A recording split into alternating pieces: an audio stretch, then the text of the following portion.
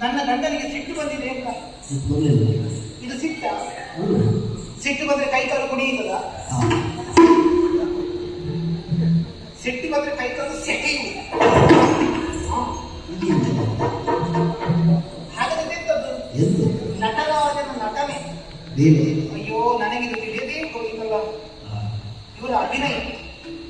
ಸರಿ ಸರಿ, ಗಂಡ ಸಂಸಾರದಲ್ಲಿ ನಾಟಕ ಮಾಡ್ತಾನ, ಹೆಂಡತಿಗೂ ನಾಟಕವೇ ಮಾಡೋದು. ಹಾಗಾದ್ರೆ ಸಂಸಾರವೇ ಇದೆ. ಆ ಹೊಂದಾಣಿಕೆ ಇದ್ರೆ ಸಂಸಾರ, ಅದಕ್ಕೆ ಎಂತದೂ ಇಲ್ಲ. ಏನ್ ನೋಡಿದ್ರೆ ನನಗೆ ಹೊಸದ? ನಾನು ಸಂಸಾರ ಮಾಡಿದ್ರೆ ಎಷ್ಟು ವರ್ಷ ಇದ್ದೆ ಒಟ್ಟಿಗೆ?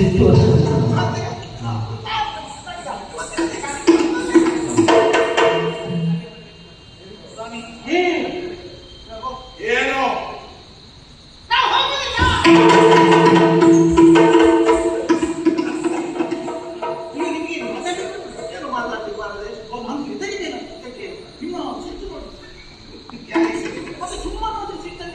ಸಿಟ್ಟು ಮಾಡಿ? ಹೌದಾ? ಬಂದದ್ದಲ್ಲ, ಬೇಕಂತಲೇ ಮಾಡಿ ಮಾಡಿ ಅದಕ್ಕೆ ಕಟ್ಟಲೆ ಅಲ್ಲ. ನಾನು ಯೋಚನೆ ಮಾಡಿ ಸುಮ್ಮನೆ ಹೋಗುದಿಲ್ಲ. ಹೌದು, ಹೋಗ್ಬೇಕು ಅಂತಾದ್ರೆ ಅವರಿಗೂ ಮಕ್ಕಳೇನು ಮನಸ್ಸಲ್ಲೇ ಬೇಕಬೇಕು. ಆವಾಗ ನಮಗೆ ಅಪ್ಪ ಅಮ್ಮ ಇನ್ನೂ ಗೌರವ, ಅವ್ರಿಗೆ ಅದಿಲ್ಲಂತೆ. ಮತ್ತೆ ನಮಗೆ ಯಾಕೆ ಹೇಳುವ? ಈ ಸಂಬಂಧಗಳು ಸೇತುವೆ ಇದ್ದ ಅವರಿಗುಂಟ, ನಮಗೂ. ಅವರು ಬಿಡುತ್ತಾರ, ನಾವು ಬಿಡೋಣ. ಮತ್ತೆಂತದ್ದು? ಏನಿಲ್ಲ. ಹೌದೌದು, ನಾವಲ್ಲಿ ಹೋಗುದಿಲ್ಲ. ಬೇಡ ಬೇಡ, ಅಲ್ಲಿಗೆ ಹೋಗುದಿಲ್ಲ. ಸರಿ ಸರಿ, ಹೋಗುದು ಬೇಡ. ಆದ್ರೆ ಅಲ್ಲಿಗೆ ಹೋಗುದಿಲ್ಲ. ಇಲ್ಲಿ ಎಂತ ಮಾಡುದು? ಇಷ್ಟು ದಿವಸ ಏನು ಮಾಡಿದ್ದು ಅದನ್ನೇ ಮುಂದುವರಿಸುವುದು. ಈಗ ನನ್ನ ಮನಸ್ಸು ಪ್ರಾಚೀನ ವರ್ಗೀಯರು ಸೇರಿಕೊಂಡಿದೆ. ನಾನು ಈ ಮನಪೂರ್ವಕವಾಗಿ ನನ್ನ ಶರೀರ ಇರಬೇಕು ಅಂತ ಆದ್ರೆ ಅಲ್ಲಿಂದ ನನ್ನ ಮನಸ್ಸು ಇಲ್ಲಿ ಬರಬೇಕು ಬೇಡ? ಮಾನಸಿಕವಾಗಿ ನೀನು ಆ ಕಡೆ ಹೋಗಿಲ್ಲ. ಹೌದು, ಸರಿಯಾ? ನನ್ನ ಮನಸ್ಸೇ ಈ ಕಡೆ ಬರಬೇಕು. ನಿನ್ನ ಮನಸ್ಸನ್ನು ಪರಿವರ್ತಿಸುವುದಕ್ಕೆ ಒಂದೆರಡು ಕತೆ ಹೇಳ. ನಾನು ಸರಿ ಕೇಳಬೇಕು. ಯಾಕಂದ್ರೆ ಕಥೆಯ ಕೊನೆಯಲ್ಲಿ ಪ್ರಶ್ನೆ ಕೇಳಿಕೊಂಡು, ಯಾಕಂದ್ರೆ ಗಮನ ಎಷ್ಟುಂಟು ಅಂತ ಪರೀಕ್ಷೆ ಮಾಡಬೇಕು. ಮದುವೆಯ ಪ್ರಾಯಕ್ಕೆ ಬಂದಿರುವಂತಹ ಮಗ ಯೌವನದಲ್ಲಿಯೇ ಹೆಂಡತಿಯನ್ನ ಕಳೆದುಕೊಂಡ ಅಪ್ಪ. ಅಂದ್ರೆ ಅಪ್ಪ ಮಗ ಇಬ್ಬರಿಗೂ ಮದುವೆಯ ಅನಿವಾರ್ಯತೆ ಉಂಟು. ಒಬ್ಬನಿಗೆ ಏರುವ ಯೌವನ, ಮತ್ತೊಬ್ಬನಿಗೆ ಇಳಿಯದ ಯೌವನ. ಕನ್ಯಾನ್ವೇಷಣೆಗೆ ಹೋಗ್ತಾರೆ. ದೂರದಲ್ಲಿ ಇಬ್ಬರು ಹೆಣ್ಣು ಮಕ್ಕಳನ್ನು ನೋಡ್ತಾರೆ. ಒಬ್ಬರು ಉದ್ದ ಇರ್ತಾಳೆ, ಮತ್ತೊಬ್ಬರು ಗಿಡ್ಡವಾಗಿರ್ತಾಳೆ. ಅಪ್ಪ ಮಗ ಮಾತಾಡಿಕೊಂಡು ಉದ್ದ ಆಗಿರುವವಳನ್ನ ಅಪ್ಪ ಮದುವೆಯಾದ, ಗಿಡ್ಡ ಆಗಿರುವವಳನ್ನ ಮಗ ಮದುವೆಯಾದ. ಮದುವೆ ಆದ್ಮೇಲೆ ಗೊತ್ತಾಯಿತು, ಗಿಡ್ಡ ಇದ್ದವಳು ತಾಯಿ, ಉದ್ದ ಇದ್ದವಳು ಮಗಳು ಅಂತ. ಅಂದ್ರೆ ಅಪ್ಪ ಮದುವೆ ಆದದ್ದು ಮಗಳನ್ನ, ಮಗ ಮದುವೆ ಆದದ್ದು ತಾಯಿಯನ್ನ. ದಾಂಪತ್ಯ ಜೀವನ ಪ್ರಾರಂಭ ಆಗ್ತದೆ. ಅವರ ದಾಂಪತ್ಯ ಜೀವನದ ಪ್ರತೀಕವು ಎನ್ನುವ ಹಾಗೆ ಇಬ್ಬರಿಗೂ ಒಂದೊಂದು ಮಗುವಾಗ್ತದೆ. ಅಪ್ಪನಿಗೂ ಹಾಗೂ ಮಗನಿಗೆ. ಹೇಳು ಗೌರಿ, ಹುಟ್ಟಿದ ಮಕ್ಕಳೊಳಗೆ ಈಗ ಏನು ಸಂಬಂಧ ಆಗ್ತದೆ? ಈಗ ಬ್ರಾಹ್ಮಣರು ಅಪ್ಪ ಮಕ್ಕಳೆಲ್ಲ ನನ್ನ ಅಪ್ಪನ ಮನೆ ಸೇರಿದ್ರು ಕಥೆಯಲ್ಲಿ ಹುಟ್ಟಿದ ಅಪ್ಪ ಮಕ್ಕಳ ಕಥೆ ಕೇಳ್ತಾ ಇದ್ದೀನಿ. ಹಾಗೆ ಕಥೆ ಹೇಳ್ತಾ ಇದ್ದೀರಲ್ವಾ? ನೀನೇನು ನಿನ್ನ ಅಪ್ಪನ ಮನೆಗೆ ಹೋದದ್ದು? ತಪ್ಪು ನನ್ನದಲ್ಲ. ಹೇಗೆ? ತಪ್ಪು ನಿಮ್ಮದು. ಏನು? ನಿಮ್ಮ ಕಥೆ ಕೇಳ್ತಾ ನನ್ನ ಮನಸ್ಸು ಇಂಥ ಕಡೆಗೆ ಬರುತ್ತಿತ್ತು. ಅದು ಏನಾಯಿತು? ನೀವು ಅಪ್ಪ ಮಕ್ಕಳದ್ದು ಸಂಬಂಧ ಹೇಳ್ತಿರೇ ಇಲ್ವಾ? ನನಗೆ ನಮ್ಮ ಅಪ್ಪ ಮಕ್ಕಳ ಸಂಬಂಧ ನೆನಪಾಗಿದೆ. ನೆನಪು ಮಾಡಿಕೊಡ್ತಾ ನೀವು ಸುಮ್ಮನೆ. ನಿನಗೆ ಸಂಬಂಧ ಇದ್ದ ಕಥೆ ಹೇಳಿದಾಗುವುದಿಲ್ಲ. ನೀವು ಆ ಸಂಬಂಧ ನೆನಪು ಮಾಡಬೇಕು. ನೀವು ಅದನ್ನು ಬಿಟ್ಟು ಯಾವ ಸಂಬಂಧ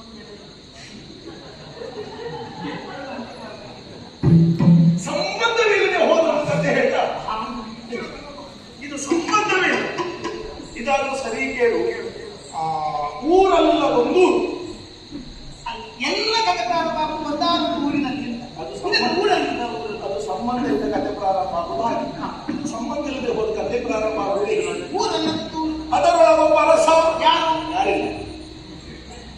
ಮತ್ತೆ ಹೇಳ್ತಿದ್ರು ಮಾನಸ ಅವನಿಗೆ ಹೆಸರೇ ಯಾರಿಲ್ಲ ಅಂತ. ಇದು ಸಂಬಂಧ ಇಲ್ಲದೆ ಹೋದ ಕಥೆ ಅಲ್ಲ. ಅವನಿಗೊಬ್ಬರು ರಾಣಿ ಇದ್ದಾರೆ. ಕುಸಿದೇವಿ. ಖುಷಿಯಲ್ಲಿ ಸುಳ್ಳು. ಸುಳ್ಳಂದ್ರೆ ಅದು ಇಲ್ಲ.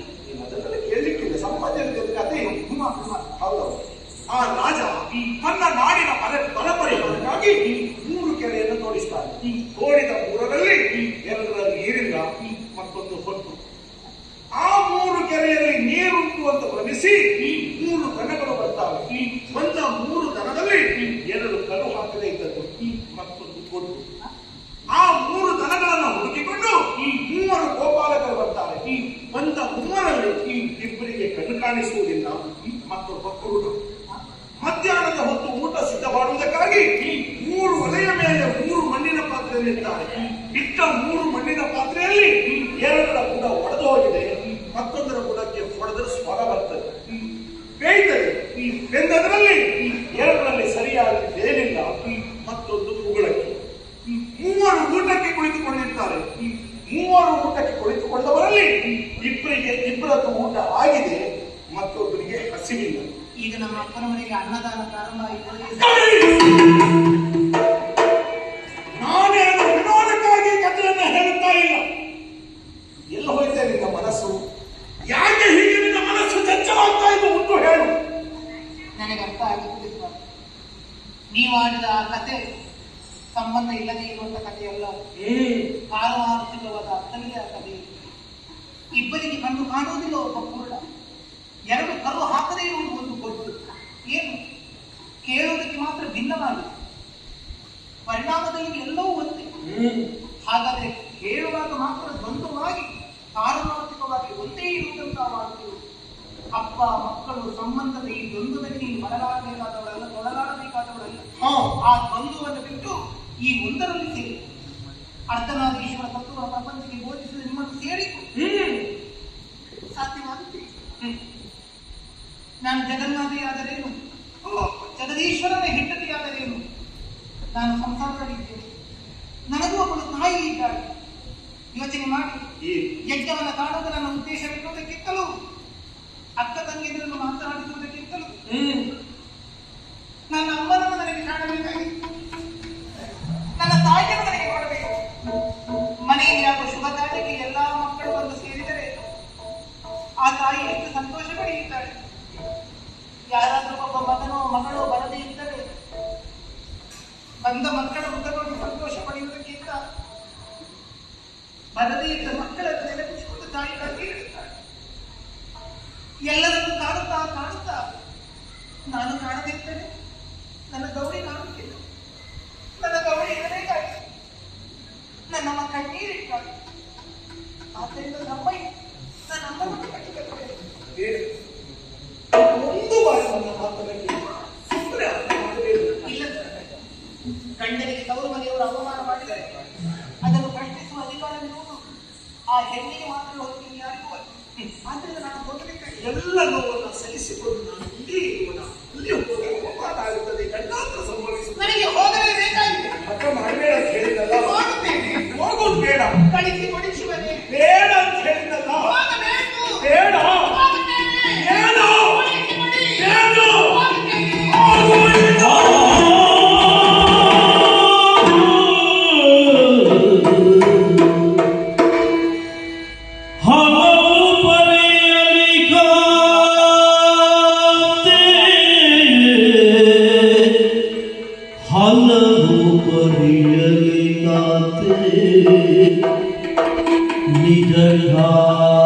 ನಿಜಘಾತಗೆ ಕರುಣವತೋ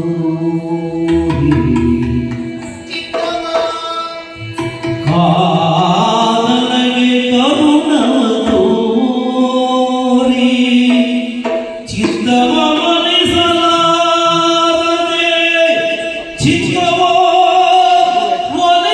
ಮನಿಸಲಾರದೆ ಬಂಧು ದರ್ಶನ ಪಾರವಶ್ಯದದೆ ಬಂಧು ದರ್ಶನ ಪಾರವಶ್ಯದದೆ ನಿಲಯವನು ಹೊರವಂಡಳಂಗನೆ ನಿಲಯವನು ಹೊರವಂಡಳಂಗನೆ ಬಡನೆ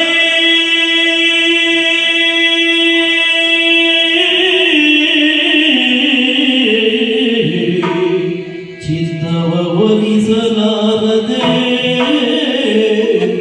ಆ ಆ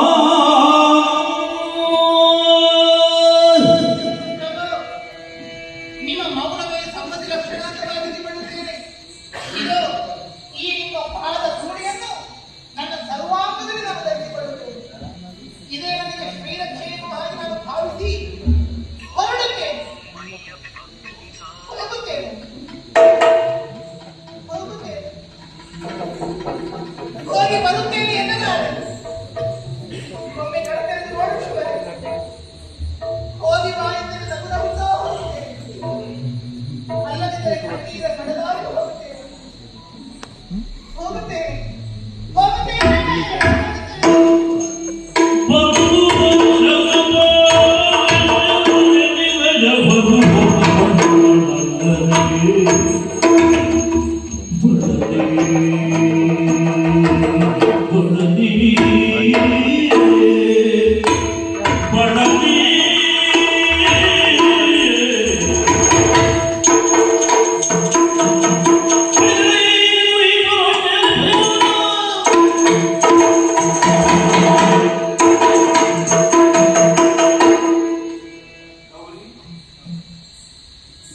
ಗೌರಿ ಗೌರಿ ಇನ್ನೆಲ್ಲಿ ನನ್ನ ಗೌರಿ ಕೊನೆಗೂ ನನ್ನ ಮಾತನ್ನ ಮೀರಿ ನನ್ನಿಂದ ಕೈಲಾಸದಿಂದ ದೂರವಾಗಿ ಬಿಟ್ಟಳೆ ಗೌರಿ. ಉಂಟ ಉಡುಗೆಯಲ್ಲಿ ಹೊರಟಂತಹ ನನ್ನ ಅರಸಿಗೆ ಹೋದಲ್ಲಿ ಅವಮಾನ ಆಗಕೂಡದು.